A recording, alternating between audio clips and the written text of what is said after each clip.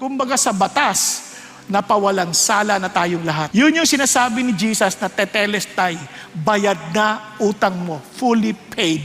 There is now no condemnation for those who are in Christ Jesus. Ngayon, alam mo nang malaya, salamat.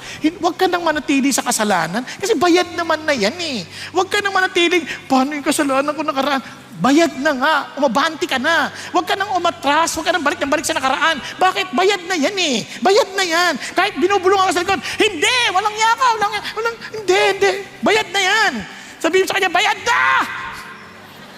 Okay ba yun? Wala ka nang habol sa akin. Bayad na. Kaya kay Jesus na ako, susama na ako sa kanya, lalakad na ako kasama niya. Wala kang karapatan lumakad kay Jesus. Makasalanan ka. Bayad na nga.